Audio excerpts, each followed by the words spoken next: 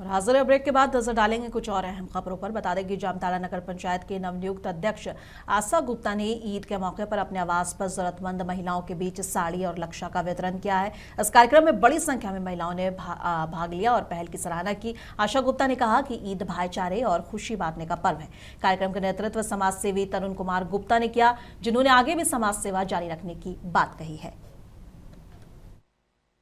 आज ईद के मौके पे प्रतिवर्ष की तरह इस वर्ष भी मैंने सेवइयाँ और साड़ी बांटने का काम किया है, ताकि मैं उन मुस्लिम महिलाओं को, दीदियों को, माताओं, बहनों को कुछ अपनी तरफ से मैं कुछ मुँह मीठा करा सकूं। ये भाईचारे और खुशियों का पर्व है।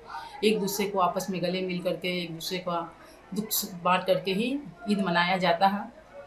जिसके अगर वो सेवइयाँ और साड़ी के माध्यम से मैंने उनके चेहरे पर थोड़ी सी मुस्कुराहट लाने का काम किया है।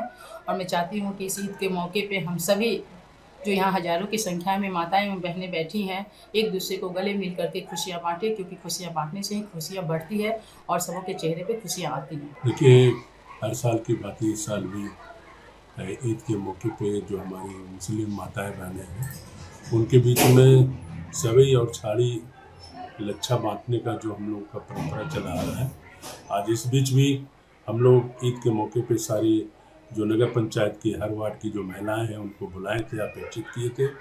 और हम लोग भी चाहते हैं कि जो ईद का पर्व है, एक खुशियों का पर्व है, भाईचारे का पर्व है, हम लोग गले मिल करके ईद मनाएं। अब पटना में बिहार कांग्रेस ने एनडीए सरकार की वोट और विधायक चोरी की नीति के खिलाफ विरोध प्रदर्शन किया।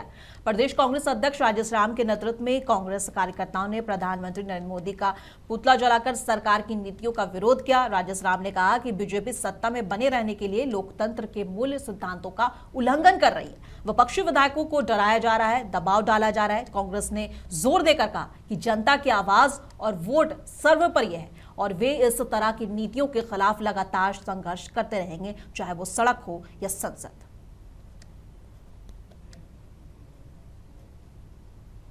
पटना के हज भवन में जनता दल यूनाइटेड द्वारा भव्य अफ्तार पार्टी का आयोजन किया गया। इस अवसर पर मुख्यमंत्री नीतीश कुमार सहित पार्टी के कई दिग्गज नेता और मंत्री शामिल हुए। कार्यक्रम के दौरान मुख्यमंत्री ने गंगा जमनी तहजीब का परिचय देते हुए बिहार सरकार के वरिष्ठ मंत्री विजय कुमार चौधरी को पारंपरिक टोपी पहनाई, जो चर्चा का केंद्र रहा।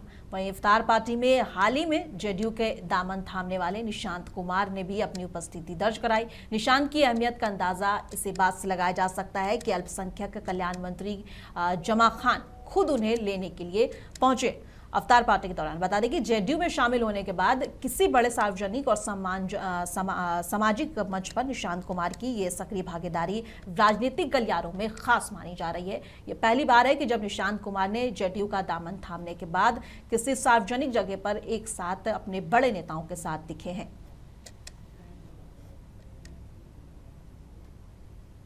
बिहार में एनडीए की सभी 5 राज्यसभा सीटों पर जीत के बाद क्रॉस वोटिंग की आशंकाओं पर आरजेडी सांसद मीसा भारती ने अपनी प्रतिक्रिया देते हुए हॉर्स ट्रेडिंग की आशंका जताई है। उन्होंने कहा कि विधायकों को एजेंसियों का हवाला देकर धमकाया जाता है, जिससे विधायक डर जाते हैं और उन्हें इसी तरह से रोका जाता है। इसमें कोई शक की गुंजाइश तो बची नहीं है कि जिस तरह से आप देखिए कि 5 सीटों पे चुनाव होना था और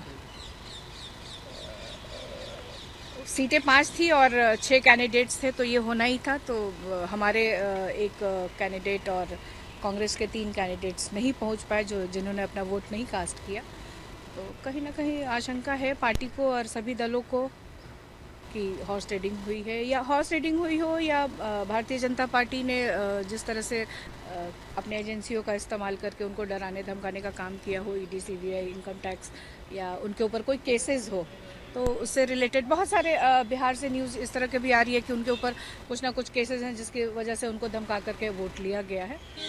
ये है नालंदा के पीएमएस कॉलेज में पैसे के गलत बंटवारे को लेकर सोमवार को शिक्षक और कर्मचारी सड़कों पर उतर आए। वे अस्पताल चौराहे पर जमा होकर कॉलेज सचिव डॉक्टर रघुनाथ प्रसाद कश्यप का पुतला जला रहे थे और उनका कहना है कि लगभग 2.5 करोड़ रुपए का सरकारी अनुदान ठीक से बांटा नहीं गया। कुछ लोगों को नियम के खिलाफ ज्यादा और कई लोगों को कम पैसे मिले। कर्मचारियों ने मामले की सही और निष्पक्ष जांच की मांग की है और चेतावनी दी है कि अगर जांच नहीं हुई तो आंदोलन तेज किया जाएगा। क्योंकि हमसे जो जूनियर लोग हैं उन लोग का हम लोग लोग से ज़्यादा मिला है और हम लोग को कुछ भी नहीं मिला है, ना पेमेंट ना ग्रांट कोई अच्छा मिलता है। जब हम अपना सचिव महोदय के सामने अपनी बात को रखे तो बोलते हैं कि हम आके मीटिंग करेंगे, आम सभा करेंगे, और अब वो करने के लिए तैयार नहीं है। जब हम उनसे मिलने गए हैं तो बोलते हैं कि जाओ भागो यहाँ से। वो हम लोग के साथ अच्छे ढंग से बातचीत नहीं की है, उसके खिलाफ हम लोग कर रहे हैं। क्या कर रहे हैं आज यहाँ पर आप? क्या मांग है आपका? हम लोग का मांग है कि हम लोग के साथ इंसाफ हो, सबको बराबर के अथी से देखे, ग्रांट और पेमेंट सबको बराबर मिले। या आप नहीं कर पास रहे हैं तो आप अपना पद का त्याग करें। और राज्यसभा चुनाव में फिर से जीत के आने पर उपेंद्र कुशवाहा ने सभी को धन्यवाद किया। वहीं हॉर्स ट्रेडिंग के मामले में उन्होंने कहा कि एनडीए की जीत निश्चित थी, विपक्ष ने हॉर्स ट्रेडिंग की कोशिश की लेकिन नाकामयाब रहे। वहीं मुख्यमंत्री नीतीश कुमार के दिल्ली आने की खबर पर उन्होंने कहा कि वे दिल्ली आएंगे लेकिन बिहार सरकार उनके मार्गदर्शन में काम करती रहेगी। नहीं, कोई हॉर्स ट्रेडिंग का मामला नहीं था। हॉर्स ट्रेडिंग करने की कोशिश हो रही थी विपक्ष की ओर से, जिसमें वो लोग असफल रहे। और जहाँ तक मेरे निर्वाचन का मामला है तो एनडीए ने उम्मीदवार बनाया था और जिस दिन नामांकन हुआ उसी दिन से स्पष्ट था कि एनडीए के सभी उम्मीदवार जीतेंगे और जीत हुई है। तो जिन लोगों ने उम्मीदवार बनाया, जिन लोगों ने मत दिया, सब लोगों को हृदय से धन्यवाद है।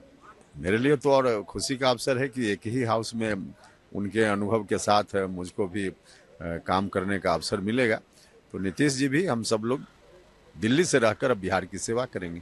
मैंने पहले बदलाव, या तो ठीक है कि नीतीश जी जब मुख्यमंत्री के पद से इस्तीफा देंगे तो नई मंत्रिपरिषद आएगी, लेकिन नई मंत्रिपरिषद आएगी, एनडीए की मंत्रिपरिषद आज भी है, आगे भी एनडीए की मंत्रिपरिषद होगी। तो एनडीए की सरकार पहले ही से अच्छा काम कर रही है, आने वाली सरकार भी अच्छा काम करेगी।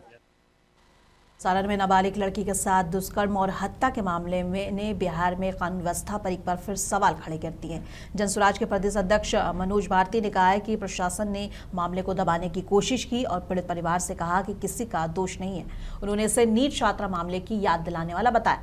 पार्टी के नेता मौके पर जाकर पीड़ित परिवार से मिले और न्याय दिलाने की बात कही है। मनोज भारती ने बिहार सरकार पर निशाना साधते हुए कहा है कि राज्य में अपराध बढ़ रहा है और जनता का भरोसा कम हो रहा है। जनसुराज पार्टी न्याय और सुशासन की लड़ाई में पीड़ित के साथ खड़ी है और मामले को लेकर लगातार उठाती रहेगी। सारण जिले में एक ऐसी घटना हुई जिसके बारे में जानकर हम सब बेहद दुखी और स्पीचलेस, जिसको कहते हैं स्पीचलेस हैं। एक 10 साल की बच्ची, उसके साथ 14 या 15 साल की बच्ची, उसके साथ 5 लोगों ने दुष्कर्म किया और उसके बाद उसे मारकर छोड़ दिया। प्रशासन या कानून व्यवस्था जो है वो फिर से इस बात पर लगी थी कि परिवारजनों से ये कहलवा दिया जाए कि इसमें किसी का कोई दोष नहीं है। इस घटना को ढकने की कोशिश फिर से हमें उस बात की याद दिलाती है जैसा नीट छात्रा के साथ हुआ था। पार्टी ने इस मामले को बेहद गंभीरता से लिया। पहले हमारे क्षेत्रीय प्रभारी जो थे उन्होंने एक टीम के साथ उस जगह का दौरा किया, पीड़िता के परिवारजनों से मिले।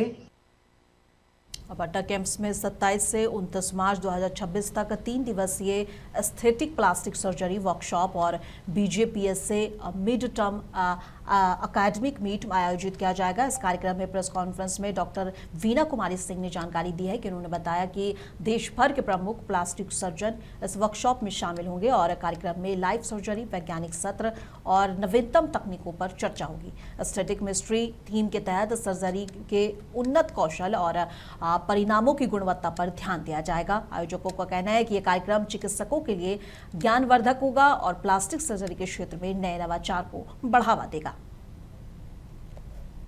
जो है 3 दिवसीय है और Indian association of aesthetic plastic surgeon society की तरफ से हो रहा है। इसमें मेनली जो कॉस्मेटिक सर्जरीज होते हैं, ब्रेस्ट का आकार बढ़ाना, घटाना, पेट की चर्बी कम करना, नाक की सर्जरी होती है, पलकों की सर्जरी होती है, जबड़े की सर्जरी, बोटॉक्स, फिलर्स और फेस लिफ्ट, ये सारे का डेमोन्स्ट्रेशन है उसमें। और देश भर के जो तमाम प्रतिष्ठित लोग हैं, प्रतिष्ठित प्लास्टिक सर्जन्स हैं, जो अपने अपने क्षेत्र में एक्सपर्ट हैं, वो सारे जुट रहे हैं और ये सारे प्रोसीजर्स का डेमोन्स्ट्रेशन होगा। इसमें खास करके जो है क्या है जो महत्वपूर्ण सर्जरी होगी? इसमें सबसे ज़्यादा जो ज़रूरी ये बताना चाह रहे थे हम कि कई बार मरीजों को ये पता नहीं होता है कि अगर उन्हें कॉस्मेटिक सर्जरी चाहिए तो किसके पास जाएं।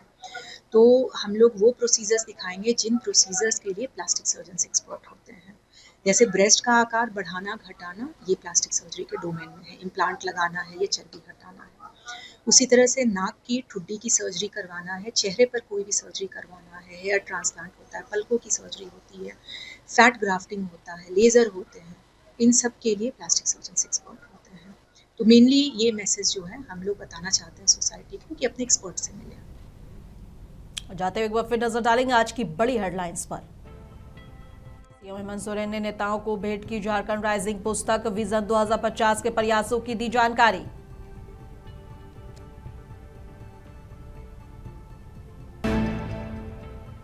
मुख्यमंत्री आवास में गूंजी अमन चैन की दुआ, सीएम हेमंत सोरेन की दावत इफ्तार में उमड़ा जन सैलाब।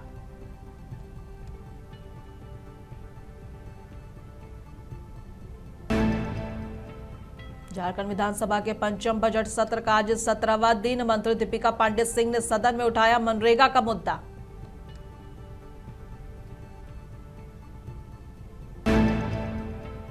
जामताड़ा में पुलिया निर्माण में पाई गई भारी अनियमितता, डीसी ने मौके पर पहुंचकर की जांच, कार्रवाई के दिए निर्देश।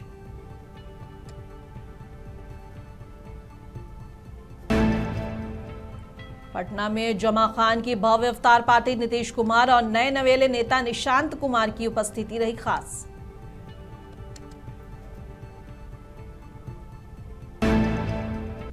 मुंसफ जोहर की खबरों में बस इतना ही। कल फिर मिलेंगे इसी वक्त, तब तक के लिए देश दुनिया की तमाम खबरों के लिए बने रहें मुंसफ टीवी के साथ।